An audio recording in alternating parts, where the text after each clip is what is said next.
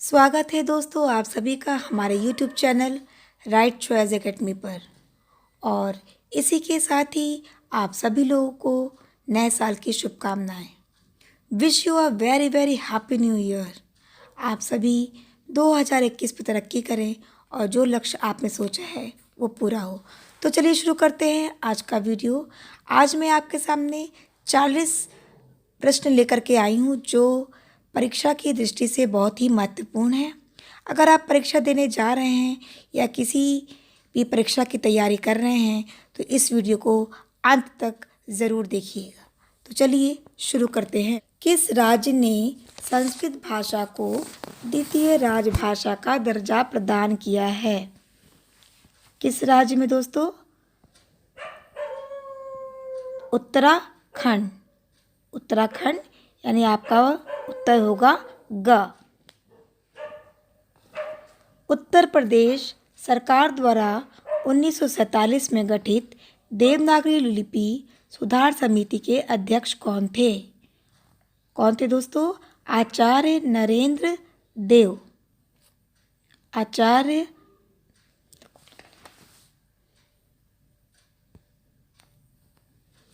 नरेंद्र देव यानी खा आंसर आपका सही हो जाता है।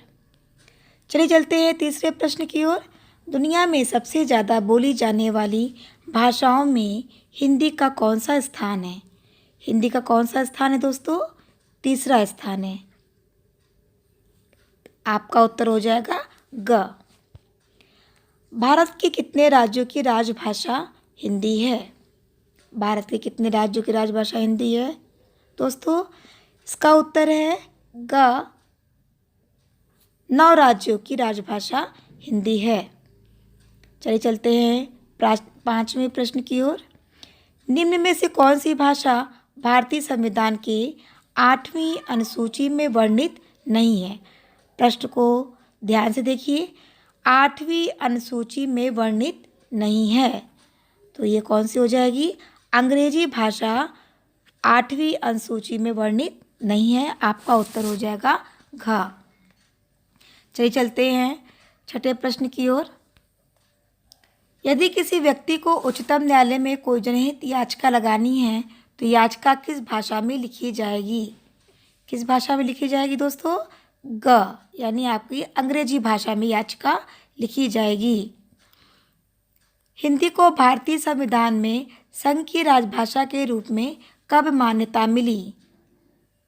हिंदी को भारतीय संविधान में संघ की राजभाषा के रूप में कब मान्यता मिली? कब मान्यता मिली? 14 सितंबर 1949 में। क्या हो जाएगा दोस्तों? 14 सितंबर 1949 में। चलिए चलते हैं 8वें प्रश्न की ओर। हिंदी की उत्पत्ति किस अपभ्रंश से हुई?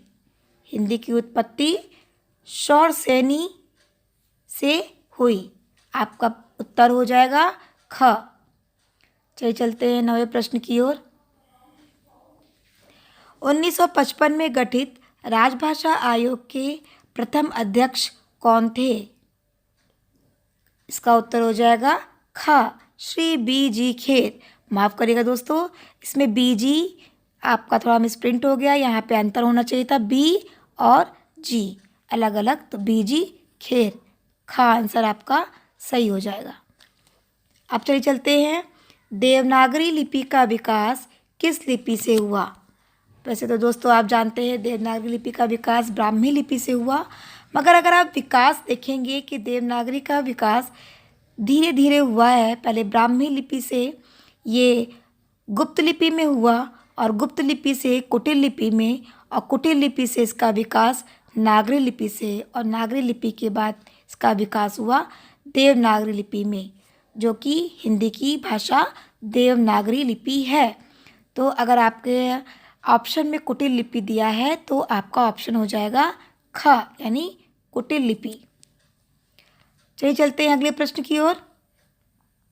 निम्न में से किस भाषा को शास्त्रीय भाषा का दर्जा प्रदान किया गया है? निम्न में से किस भाषा को शास्त्रीय भाषा का दर्जा प्रदान किया गया है? तो ये प्रश्न बहुत ही महत्वपूर्ण है। आपका हो जाएगा उड़िया यानी ग आंसर हो जाएगा। सर्वप्रथम किस भाषा को शास्त्रीय भाषा का दर्जा प्रदान किया गया? तो ये प्रश्न में ये ध्यान देने वाली बात है कि सर्वप्रथम पूछा गया, यानी पहली जो शास्त्रीय भाषा कौन सी थी जिसको कि शास्त्रीय भाषा का दर्जा प्रदान किया गया था? तो तमिल भाषा थी पहली जिसको शास्त्रीय भाषा का दर्जा प्रदान किया गया। चलिए चलते हैं 13वीं प्रश्न की ओर। प्रयाग की हिंदी संस्था कौन सी है? प्रयाग की हिंदी संस्था कौन सी है बच्चों? हिंदी साहित्य सम्मेलन। हिंदी साहित्य सम्मेलन। आपका उत्तर हो जाएगा घ। चलिए चलते हैं 14वीं प्रश्न की ओर। कौरवी किस बोली को कहते हैं? कौरवी किस बोली को कहते हैं? कौरवी आपकी हो गई खड़ी बोली को कौरवी कहते हैं। खड़ी बोली को कौरवी कहते हैं। आपका उत्तर हो जाएगा ख। हिंदी का पहला समाचार पत्र उदंड मार्तंड कोलकाता में कब प्रकाशित हुआ? हिंदी का पहला समाचार पत्र उदंड मार्तंड कब प्रकाशित हुआ? तो कब प्रकाशित हुआ था? सन 1826 में। आपका उत्तर हो जाएगा ख, सन 1826 में। खड़ी बोली का प्रयोग सबसे पहले किस पुस्तक में हुआ? खड़ी बोली का प्रयोग सबसे पहले किस पुस्तक में हुआ था दोस्तों? इसका उत्तर हो जाएगा ख, सुख सागर में हुआ था। कब हुआ था? सुख सागर में। चलिए चलते हैं 17 प्रश्न की ओर। हिंदी शब्द किसका दिया हुआ है? बहुत ही महत्वपूर्ण क्वेश्चन है ये। आपका ये प्रश्न बहुत ही महत्वपूर्ण है। हिंदी शब्द किसका दिया हुआ है? आर्यों का, यूनानियों का, ईरानियों का या तुर्कों का? तो आपका क्या उत्तर हो जाएगा? ग, ईरानियों का। 18 प्रश्न।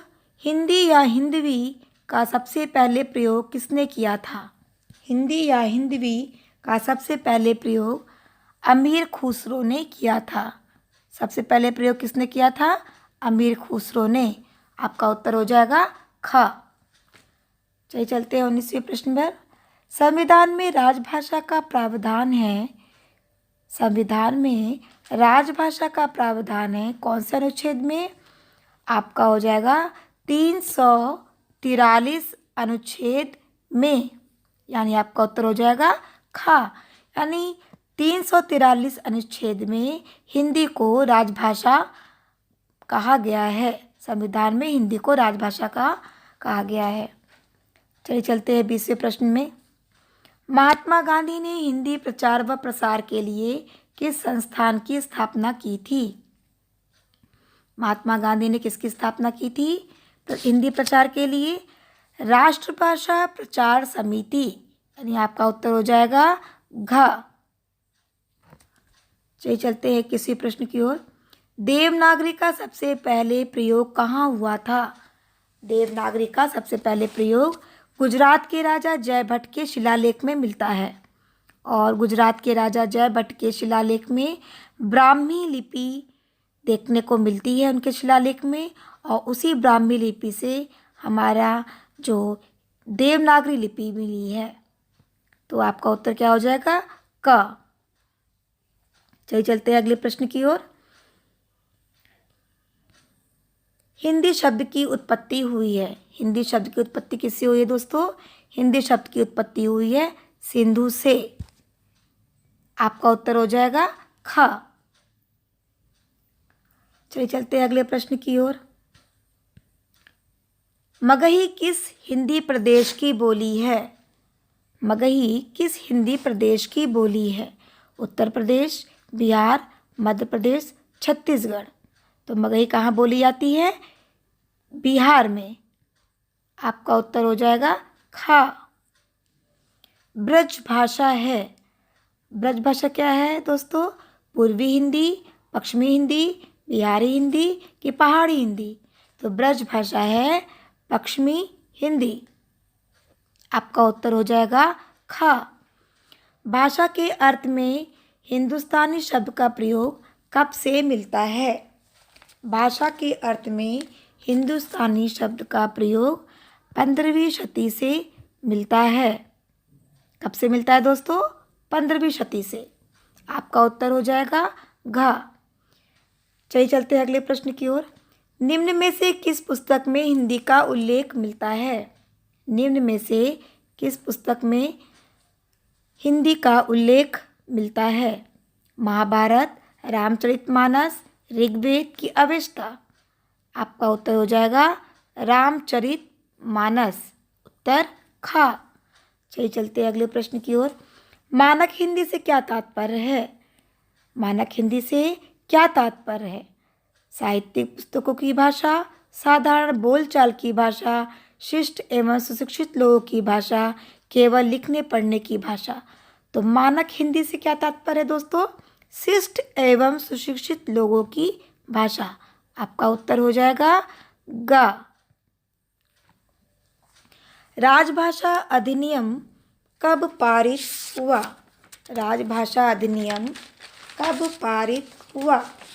राजभाषा अधिनियम 10 मई 1963 को पारित किया गया था। आपका उत्तर हो जाएगा खा। चलिए चलते हैं अगले प्रश्न की ओर।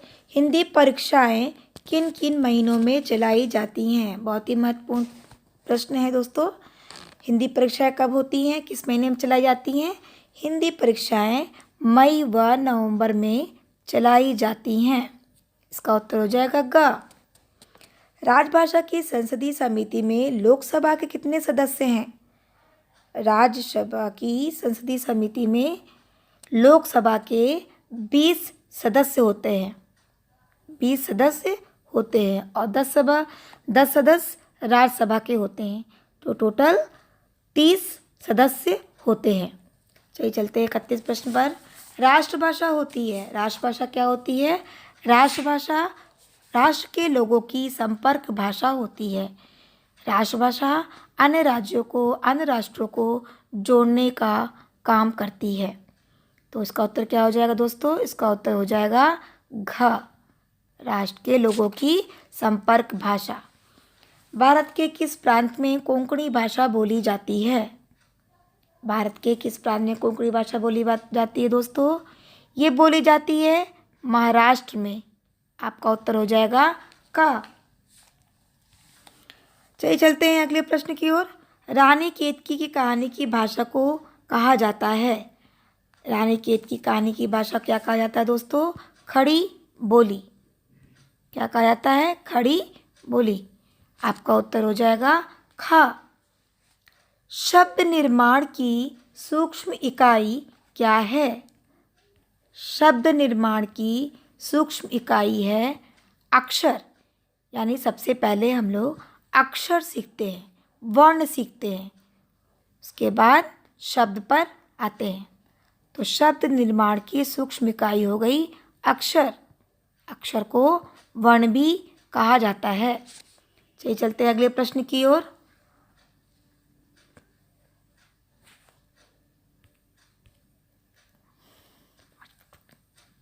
सबसे ज़्यादा अक्षर किस भाषा में है? सबसे ज़्यादा अक्षर किस भाषा में है दोस्तों?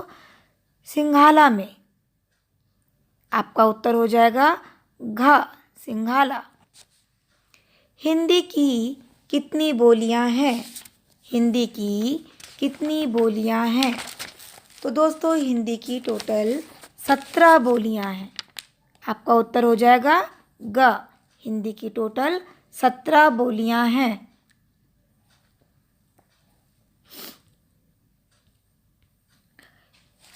अब आइए अगले प्रश्न की ओर देखते हैं। हिंदी की कुल कितनी उपभाषाएं हैं? हिंदी की कुल कितनी उपभाषाएं हैं दोस्तों?